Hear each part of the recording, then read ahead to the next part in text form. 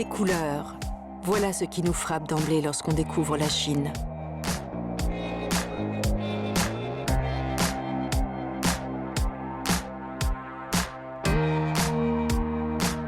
Notre œil est d'abord attiré par les teintes vives, ou plus subtiles. La couleur d'un fleuve, l'éclat d'une fleur, d'une sculpture, d'un monument, d'un costume traditionnel ou d'un objet précieux. Alors, pourquoi ne pas explorer la Chine à travers le filtre d'une couleur?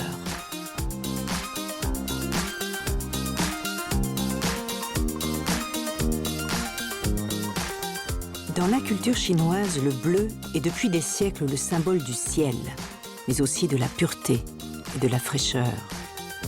Partons à la découverte de la Chine à travers la couleur bleue.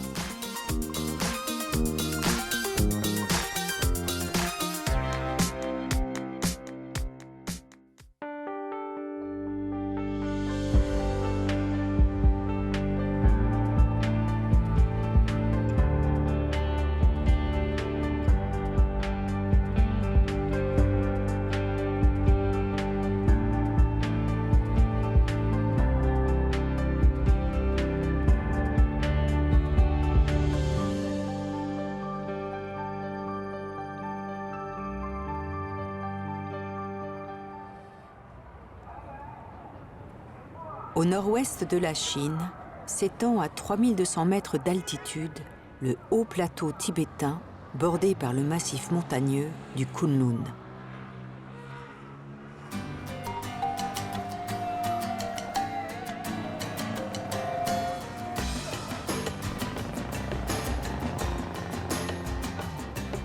Ici, dans cette province autonome du Qinghai, vit une population multiethnique dont un tiers est tibétaine.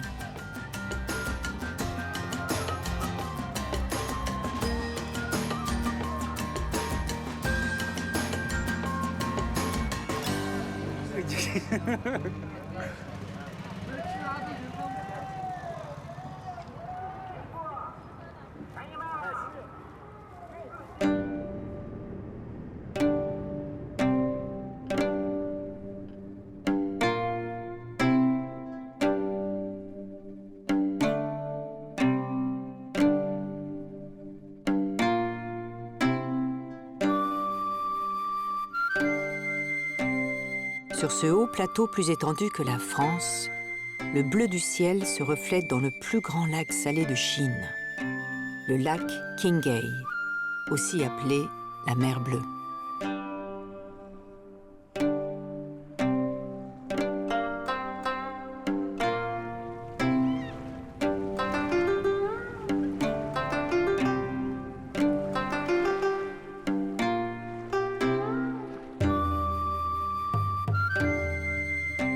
Le lac Qinghai s'étend sur 5000 km². Il prend sa source dans 23 rivières. Plus d'une centaine s'y déversaient il y a 50 ans.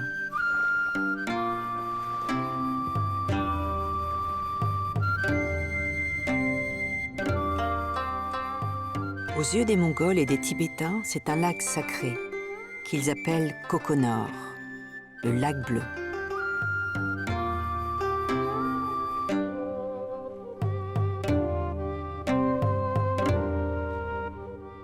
Ce lac est entouré de terres cultivées et de pâturages exploités par les nomades tibétains, empreints de la culture bouddhiste.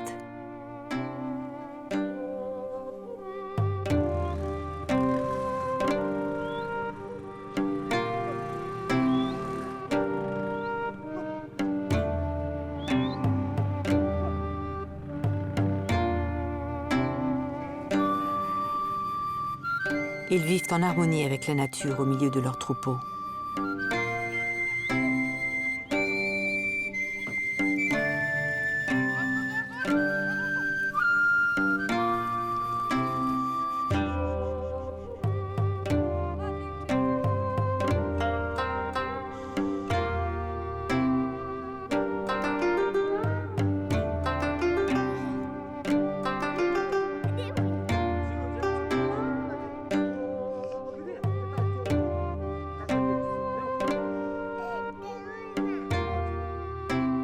Zengatia et sa famille s'installent sur les rives du Koko Nord au printemps pour faire paître leurs troupeaux de yaks et de moutons. Ils font partie de l'ethnie des Changpas, que les Chinois considèrent comme des Tibétains.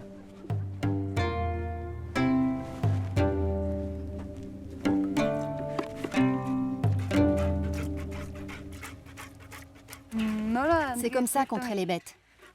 Ensuite, on utilise le lait pour faire du thé. Le thé fait avec le lait de la femelle du yak est délicieux.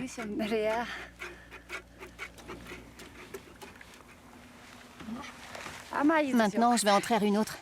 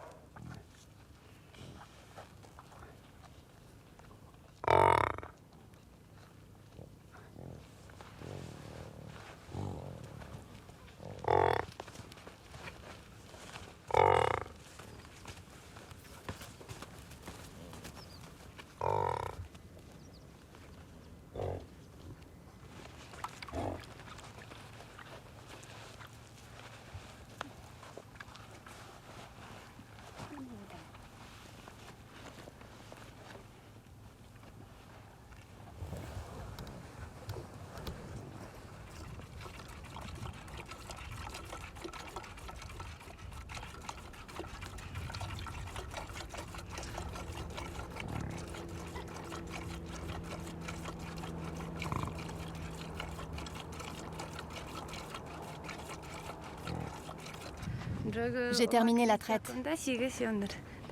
Maintenant, je vais faire du thé.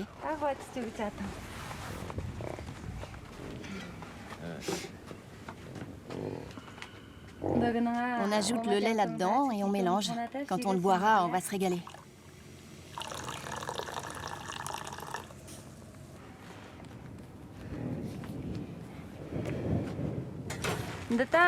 Ce que je mets dans le poêle, c'est du crottin de mouton. Ça brûle bien. Ça réchauffe toute la yourte.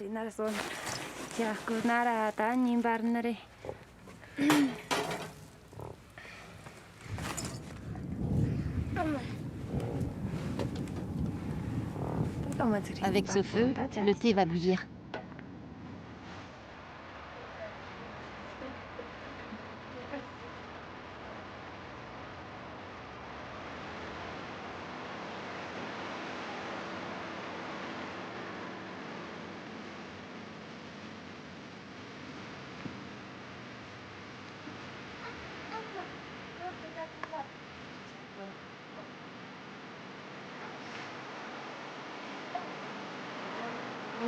Ça, c'est du beurre.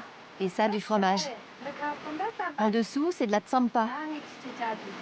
Dans ce bol, je vais verser du thé directement sur la tsampa.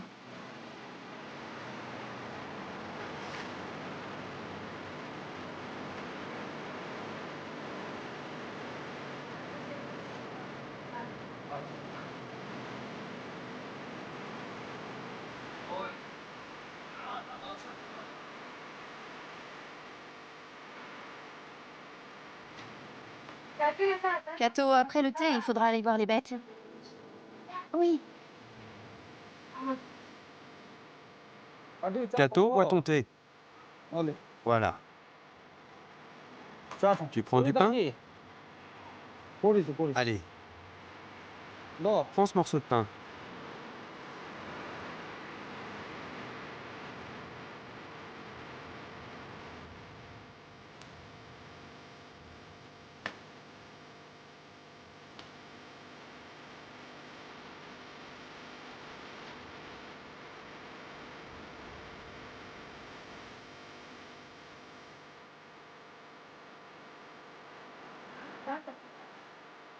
Allez, Kato, bois.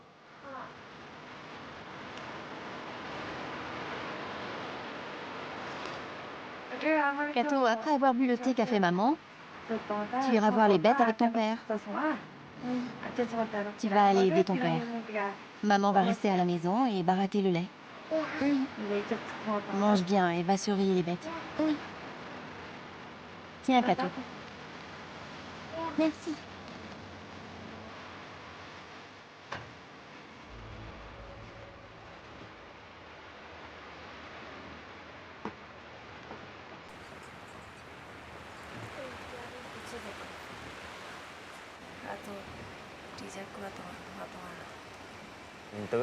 Moi, je suis un berger.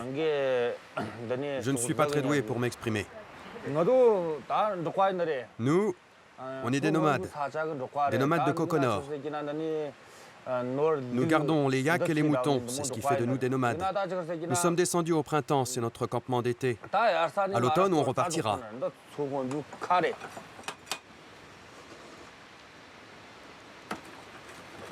Ce lac n'est pas juste un lac, c'est le Trishok Gyalmo.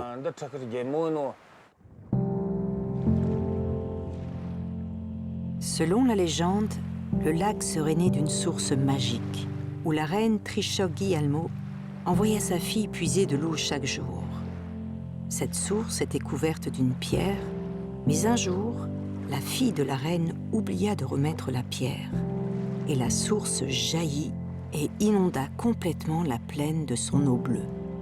Le lac Kokonor était né. Quand je vois paître mes yaks et mes moutons sur les bords du Kokonor, quand je les vois brouter et boire l'eau du lac, je me dis que ce lac est une bénédiction. Son eau est merveilleuse. Le lac Kokonor n'est pas juste un lac. Quand on boit son eau, ça n'est pas que de l'eau. Quand les moutons broutent son herbe, ce n'est pas que de l'herbe.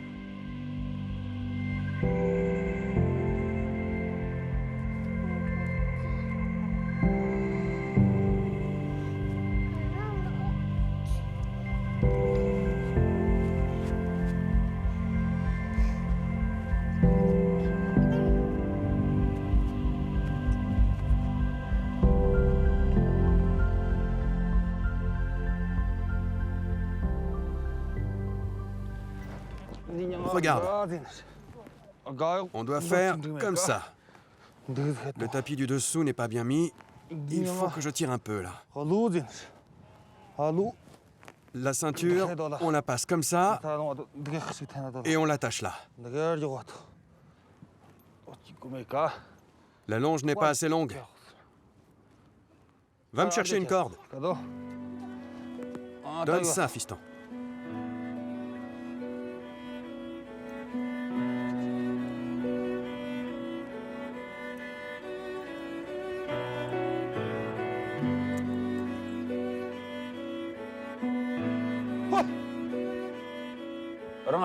Les hommes qui viennent ici ne sont pas juste des hommes, parce que ce lac est extraordinaire.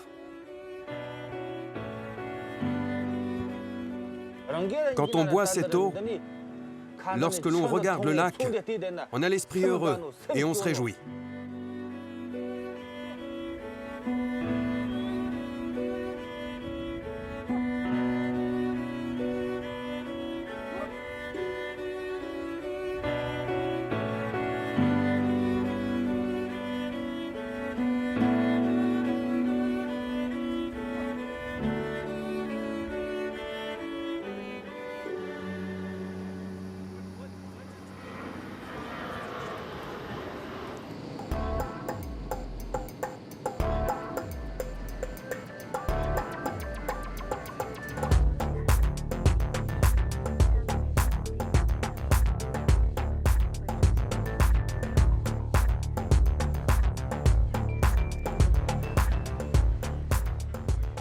Avec ses 21 millions d'habitants, Pékin est la deuxième plus grande ville chinoise après Shanghai. Capitale depuis le XIVe siècle, Pékin est le centre administratif et culturel de la Chine. Mais ces 30 dernières années, la ville a énormément évolué et n'a plus rien à voir avec la cité grise des années Mao. Désormais, Pékin est coloré. Les klaxons des 4 millions de voitures vocifèrent. La jeunesse est dans les rues, les bars et les cafés.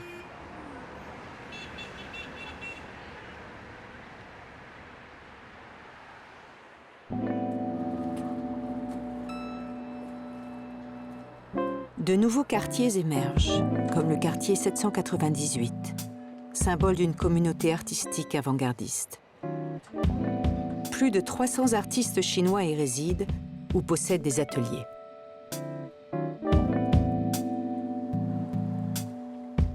Deng Zhong est peintre et expose dans une des 50 galeries du quartier 798.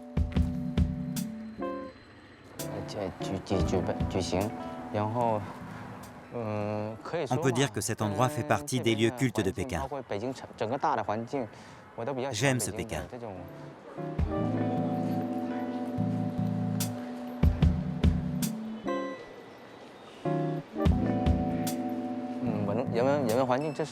Ce quartier est unique en Chine.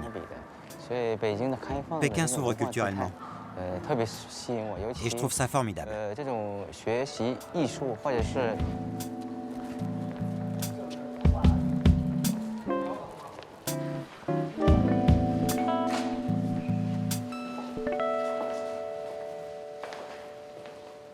Blue.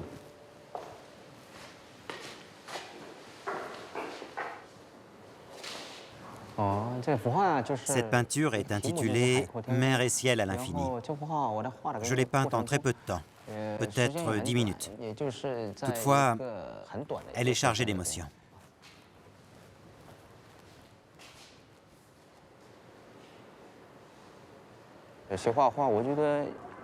J'ai appris à dessiner quand j'étais petit. Je savais que j'allais devenir peintre.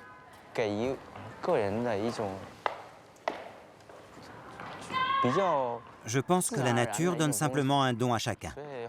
Pour moi, la peinture n'est pas du tout un fardeau, parce que je ne me sens bridé par aucune convention. Je suis venu au monde pour trouver l'inspiration.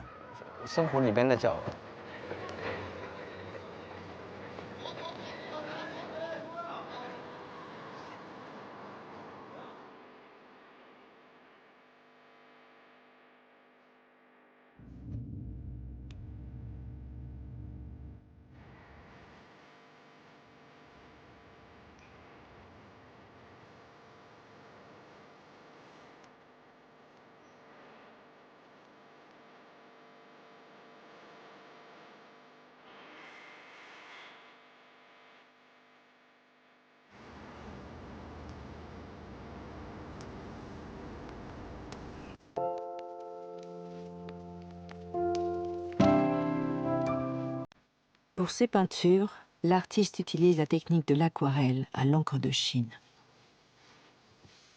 Je dilue moi-même la peinture pour obtenir cette couleur. J'aime beaucoup cette couleur bleue. Doucement, l'eau claire se transforme et prend la couleur de l'eau de la mer.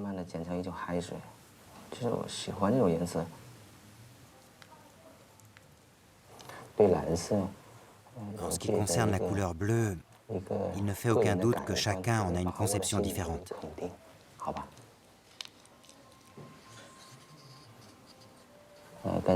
C'est mon expérience et mes émotions que je souhaite transmettre par ma peinture. Ce sont elles qui définissent la nuance du bleu.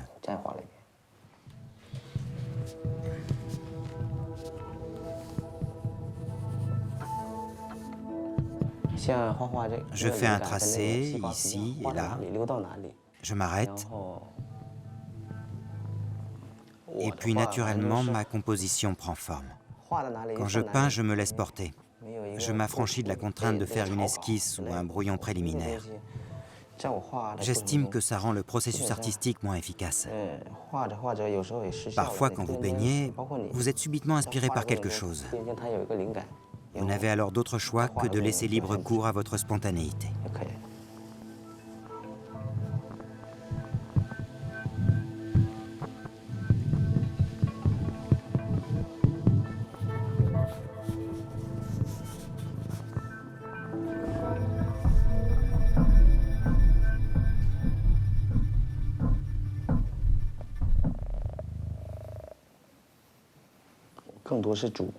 On peut dire qu'il s'agit d'une représentation plutôt subjective de la mer. J'aime la mer. J'ai une relation particulière avec elle.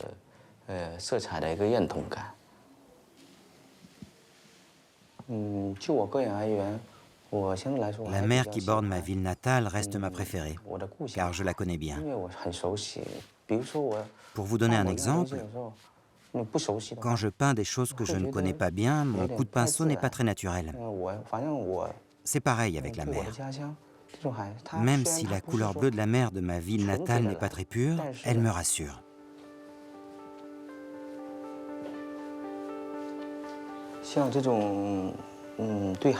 Quand on évoque l'océan, la couleur bleue ne fait pas uniquement référence à l'eau, mais à mon souci pour l'environnement.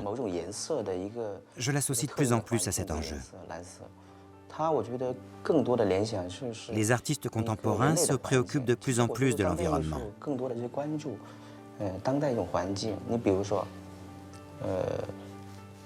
Aujourd'hui, les gens sont à la recherche de ce bleu. Ils vont le comparer au brouillard de pollution et au ciel de Pékin. La couleur bleue ne se limite pas seulement à l'océan. Elle est de plus en plus liée à la pureté du ciel, à la propreté, à la quête d'un environnement plus sain et à la nature en général. C'est mon interprétation. Elle ne représente plus uniquement le bel océan sur une peinture.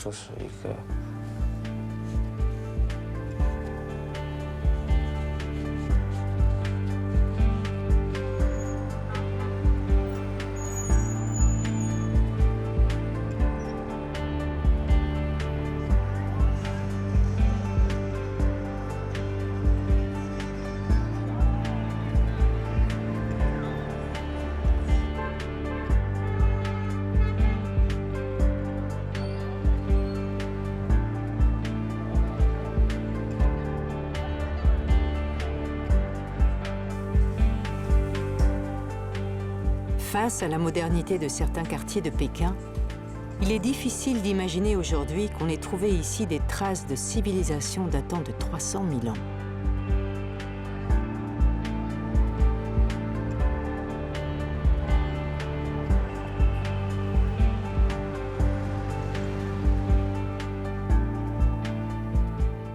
Le passé est présent partout.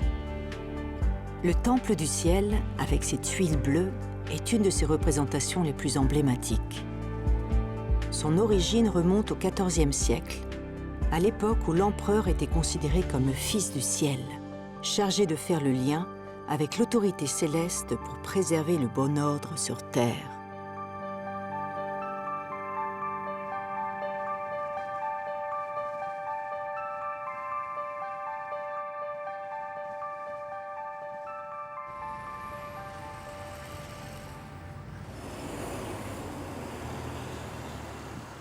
Pékin a su conserver un artisanat ancestral.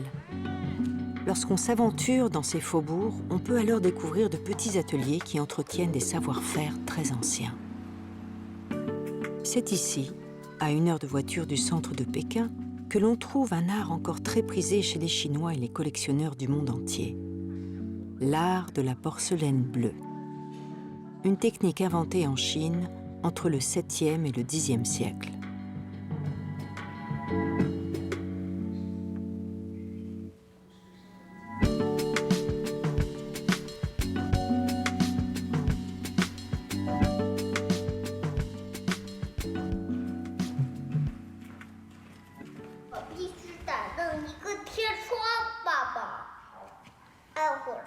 Je vais faire une fenêtre au plafond du train pour laisser passer l'air, papa.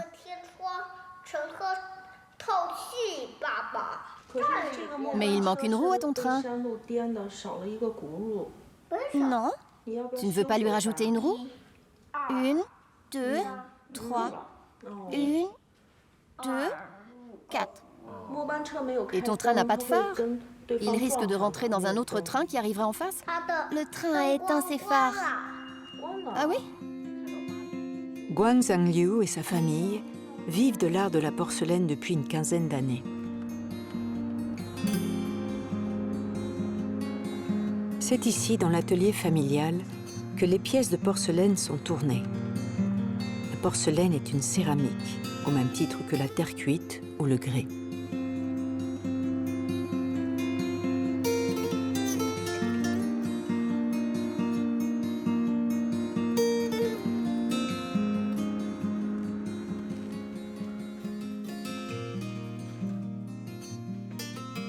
Ces pièces sont historiquement appelées les vases en tête d'ail. Cette partie-là en particulier ressemble vraiment à une tête d'ail. Autrefois, on y mettait des fleurs. C'est une forme très classique qui date de l'Antiquité chinoise.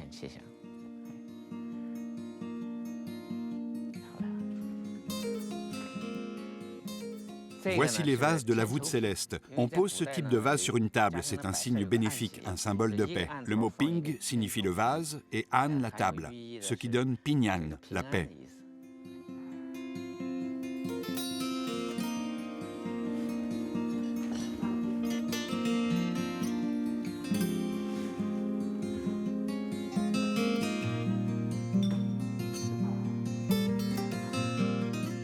La production de la porcelaine bleue qu'on appelle en Chine la bleu et blanc démarre véritablement sous la dynastie des Yuan, au XIIIe siècle, à l'époque où la Chine s'ouvre à l'ouest avec la route de la soie. La couleur bleue de la porcelaine ne se révèle qu'après un long processus de cuisson. Toutes les nuances d'intensité de la couleur et de transparence sont données par l'artiste qui doit peindre sans voir la couleur finale. Le coup de pinceau initial est décisif.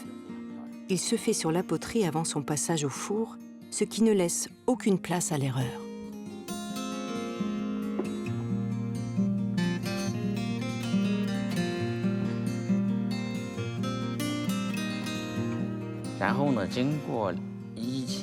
Après une cuisson à haute température, c'est-à-dire au-dessus de 1300 degrés, des couleurs extrêmement vives jaillissent à la surface du vase.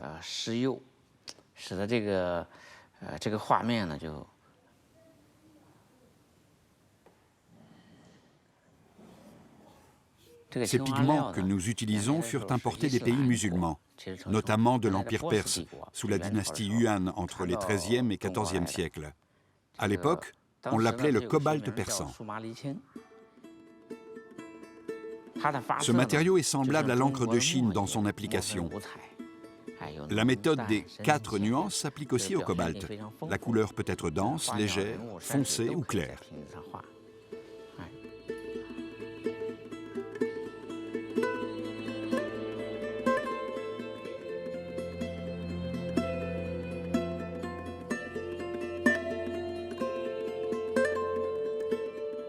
C'est l'oxyde de cobalt perse qui va véritablement donner son identité à cet art de la porcelaine bleu et blanc. Un matériau qui, lorsqu'il a été importé en Chine, était plus cher que l'or et le thé.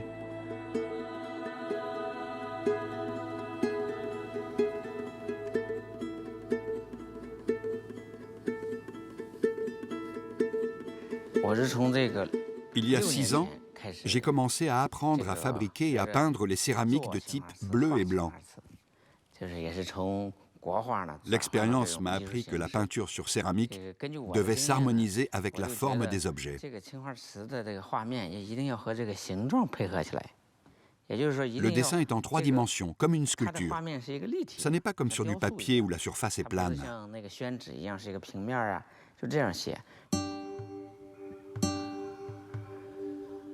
Traditionnellement, les motifs de la céramique bleu et blanc étaient un mélange de motifs floraux hérités des Perses, incluant des symboles bouddhiques, comme le phénix, le dragon, le paon ou le poisson.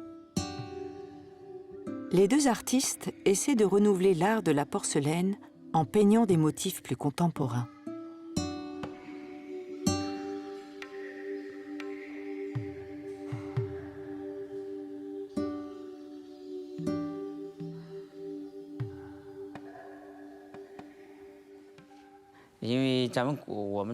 En Chine, nous avons un vieux proverbe qui dit « Une pièce privée de sa céramique est aussi privée de son élégance ».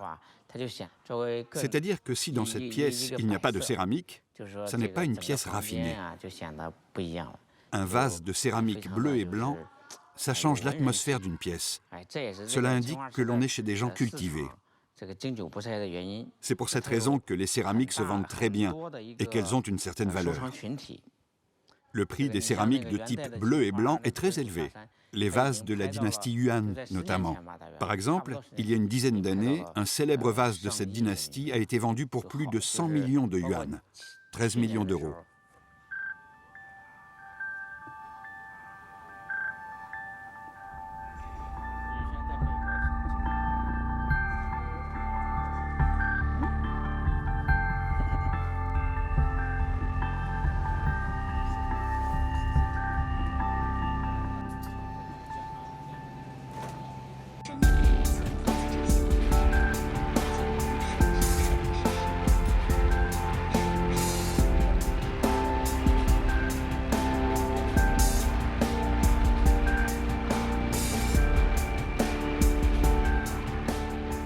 Kong. Cette ancienne colonie britannique est depuis 1997 rattachée à la Chine. Malgré la rétrocession, elle continue de cultiver une identité particulière.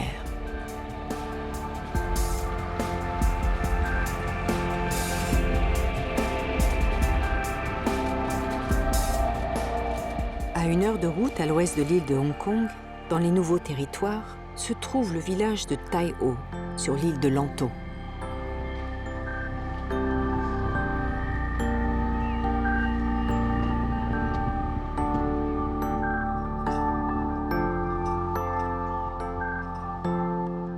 Tai O est le village des Tanka, une communauté de pêcheurs qui, depuis des générations, construisent leurs maisons sur pilotis au-dessus des vasières. Toutes les maisons sont interconnectées, formant ainsi une communauté très liée. 5000 personnes vivent à Tai O, mais aujourd'hui, les pêcheurs se font rares. Le village vit essentiellement du tourisme. Edith Setsai est né ici. Il s'occupe aujourd'hui d'une ONG qui œuvre pour le développement durable de Tai O.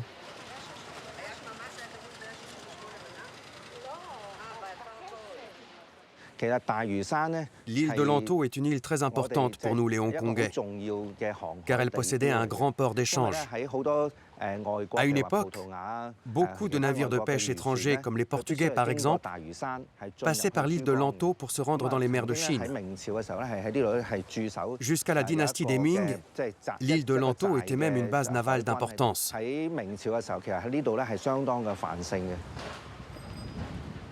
Progressivement, elle a été abandonnée et les interdictions faites aux pêcheurs de naviguer dans ces eaux ont été levées. Ainsi, ils ont commencé à s'installer et à se regrouper dans ce village.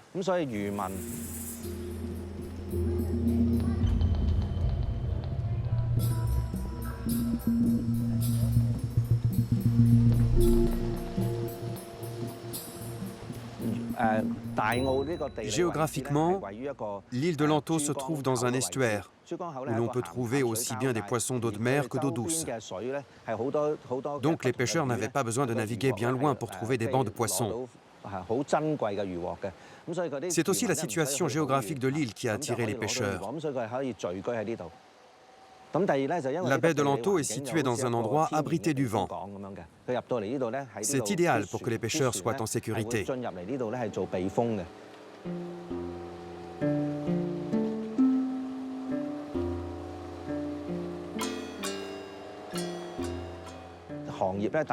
Il y a un autre métier qui a longtemps existé à Tai O. C'est celui de saliculteur. Les habitants appelaient le sel de Tai O l'argent blanc.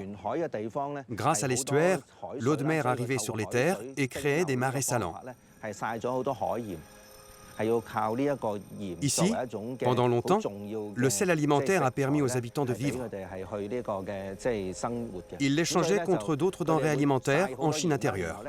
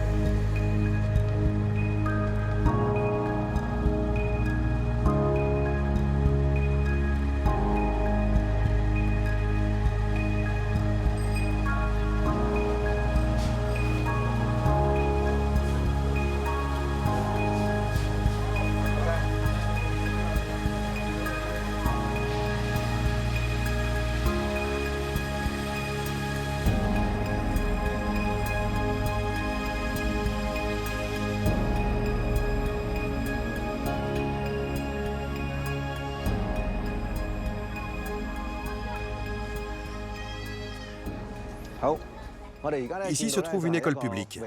Par le passé, elle était bien plus fréquentée. Selon les anciens, lorsque Tai O était au maximum de sa population, il y avait près de 30 000 habitants. Aujourd'hui, il n'en reste plus que 2 000. À l'époque, quand il y avait 4 écoles, elles étaient tellement bondées qu'il y avait 2 sessions d'enseignement, l'une le matin et l'autre l'après-midi. Cela vous donne une petite idée du dynamisme de la ville. Malheureusement, aujourd'hui, le nombre de pêcheurs a diminué et les conditions de travail ont changé. Beaucoup de pêcheurs ont déménagé et aujourd'hui, la population a tellement diminué qu'il ne reste plus qu'une seule école.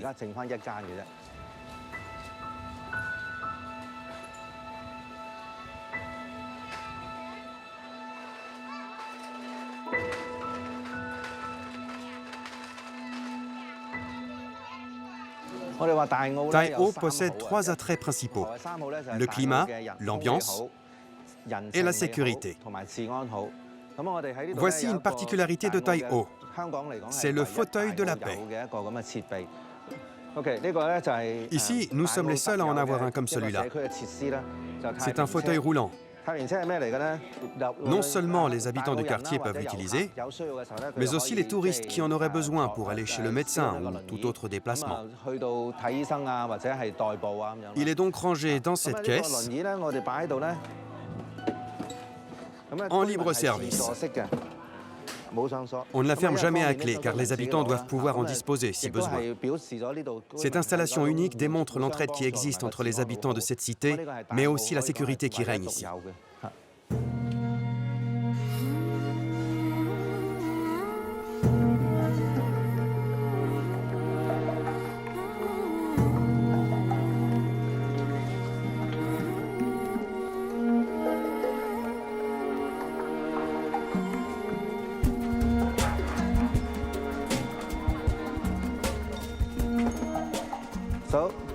Salut, comment vas-tu? Je vous présente Pai Suk. Ça signifie « oncle boiteux » en chinois. Tu nous attendais? Oui, on peut y aller.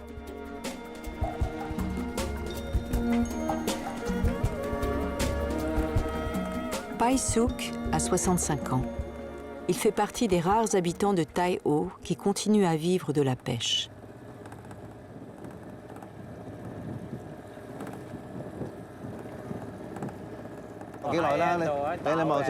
Depuis combien de temps habites-tu sur l'île? Ça fait déjà 2 générations que nous vivons sur l'île. À quel âge as-tu commencé à pêcher? Depuis tout petit. J'accompagnais mon père à la pêche. J'ai toujours été pêcheur. Et tu t'es marié ici? Non, je me suis marié en Chine. J'avais 48 ans. Plus jeune, personne ne voulait de moi car je boite.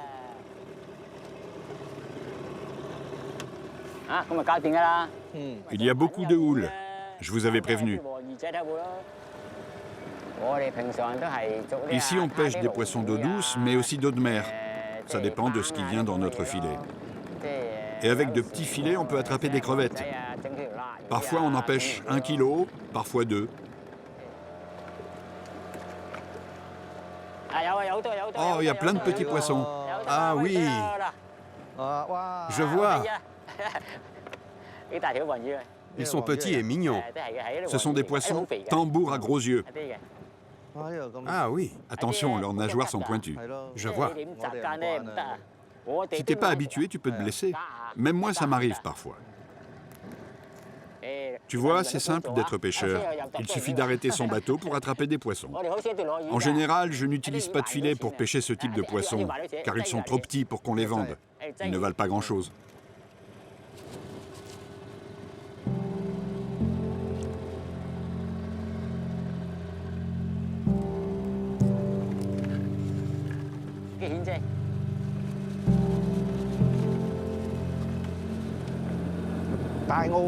Pour moi, la mer de Tai O représente la paix. C'est un lieu de satisfaction et de plénitude. Selon les habitants de Tai O, l'eau est la racine des pêcheurs. C'est-à-dire que les pêcheurs vivent grâce à la mer. Hong Kong, c'est le mélange des îles et de la mer. Nous devons toujours montrer du respect envers la mer. Nous dépendons de la mer, c'est elle qui nous nourrit. Moi, j'ai passé ma vie en mer, et forcément, il y a des sentiments qui naissent.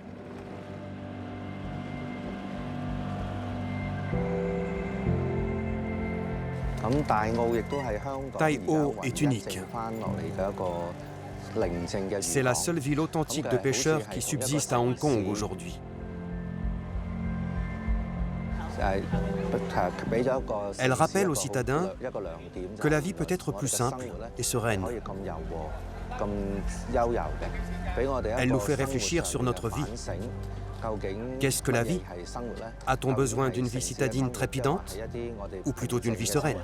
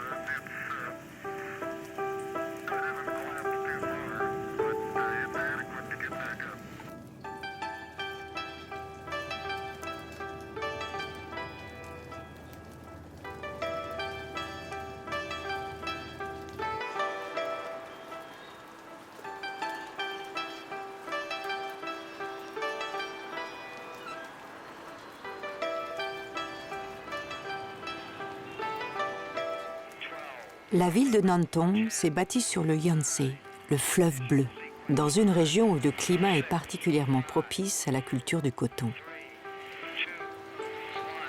C'est ici qu'on trouve un des plus anciens et plus populaires arts textiles, le calicot bleu. Un musée lui a été consacré. Il présente toute la mémoire de cet art né en Chine au XIVe siècle.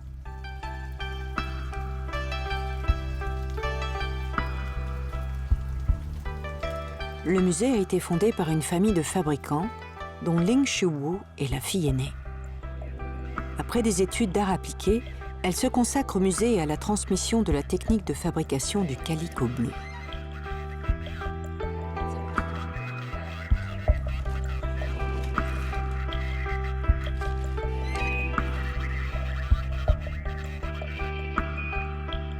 La technique du calicot est très ancienne et prend son essor en Chine, à l'époque de la dynastie des Han de l'Ouest, 200 ans avant Jésus-Christ.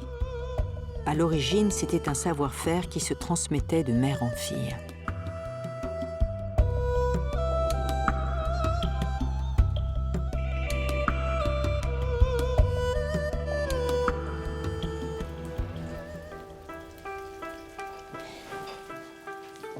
Voici comment on crée les motifs.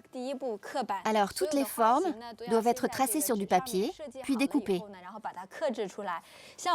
Ceci est un motif ancien que nous avons recopié. Un phénix avec des boutons de fleurs pikiu. Maintenant, je peux commencer à le découper. Ce découpage se fait à la main, à l'aide de ce cutter. On peut dire que le calicot, c'est l'art de manipuler un cutter. On peut commencer par ici. Lorsque l'on découpe le pochoir, il faut tenir le cutter bien droit. Et contrairement à ce que l'on fait avec une machine, on peut y ajouter nos propres sentiments et modifier certaines formes.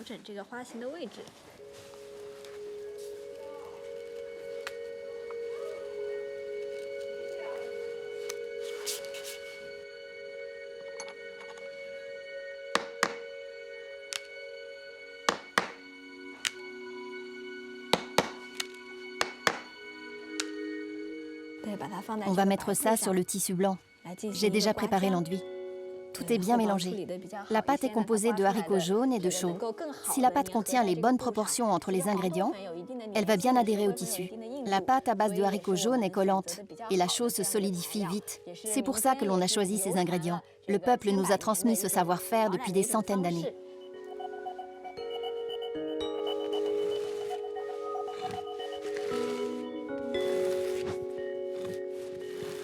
Cette technique d'obtention des motifs par soustraction d'une matière, ici un mélange de chaux et de pâte d'haricots, se nomme la teinture par réserve.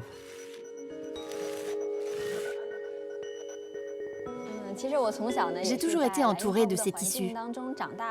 Enfant, je voyais mes parents les fabriquer et je me sentais inférieure aux autres. Car pour moi, les calicots appartenaient à la génération de mes parents, ou même celle d'avant.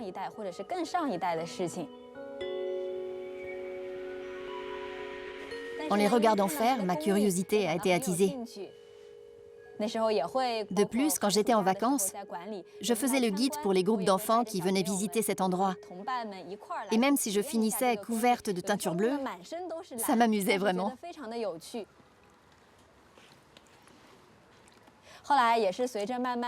Plus tard, après bien des années, je suis entrée à l'université, où j'ai étudié les arts appliqués.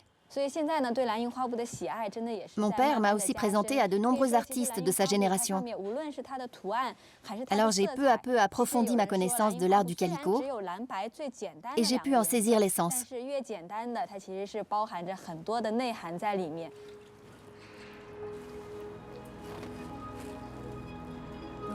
Pour préparer le pigment qui donnera sa couleur bleue à l'étoffe, il faut mettre les feuilles de l'indigotier, un arbre poussant majoritairement en Afrique, à fermenter à froid dans une jarre pendant une dizaine de jours. On le plonge dedans et on le ressort plusieurs fois. Et puis, on le fait sécher à l'air libre plusieurs fois aussi. Là, on peut dire que la couleur est suffisamment foncée. C'est fini. Pour obtenir ce ton de bleu intense qui tire jusqu'au noir, il faut répéter l'opération de trempage et de teinture à l'indigo 3 à 4 fois par jour, et dans l'idéal pendant plusieurs semaines.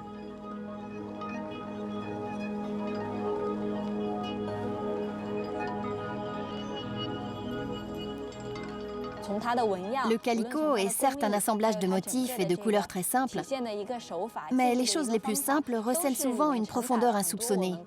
Et ceci s'applique aussi bien à l'art lui-même qu'à son procédé de fabrication.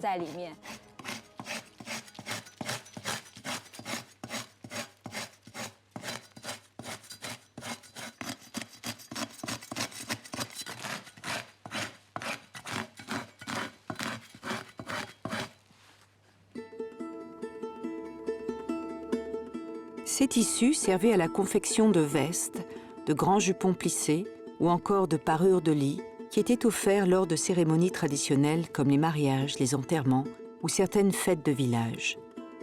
Ils étaient symboles de fertilité, de chance et de prospérité dans la culture miao. Dans le temps, les calicots faisaient partie de la dot. Lorsqu'une jeune épouse allait rejoindre la famille de son mari, les familles un peu plus aisées offraient une vingtaine de pièces.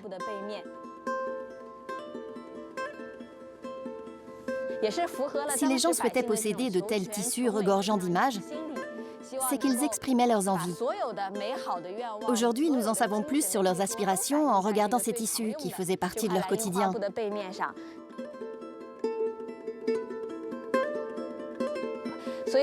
Ces motifs sont d'une grande valeur culturelle. Prenez celui-ci avec cette grue immortelle, ce phénix volant au-dessus des pivoines et ces pêches de la longévité. Ce sont des motifs qui reviennent tout le temps. Et vous voyez ici, c'est Liu Hai, le crapaud marin. Il joue avec un autre crapaud. Et ça, c'est aussi un symbole de prospérité et de richesse. Ce motif contient une pêche qui représente la longévité. Même chose pour les chauves-souris. Ici, ce sont deux lions qui s'amusent à faire rouler des balles en tissu brodé. Ici, on voit parfaitement le lion. Sa tête est de face avec ses deux yeux, mais son corps est de profil. L'impression qui se dégage de ces calicots est très positive et très motivante. Cette beauté nous indique la vie vers laquelle nous devrions tendre.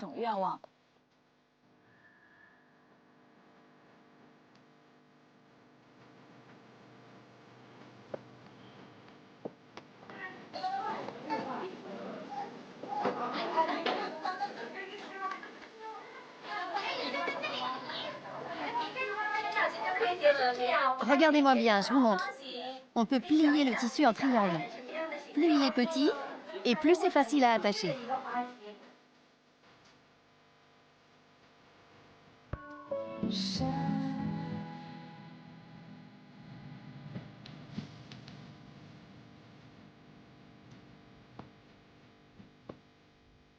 Les Chinois ont aujourd'hui pris conscience de la valeur de leur patrimoine culturel.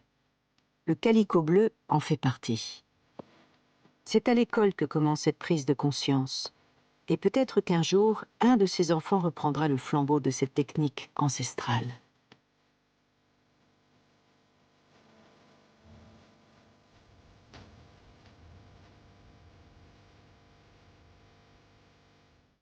Bleu d'hier et d'aujourd'hui, paysage ou œuvre d'art, la couleur de la pureté s'impose toujours. Elle élève l'âme de la Chine à travers les siècles vers un ciel immuable qui n'a pas fini de nous émerveiller.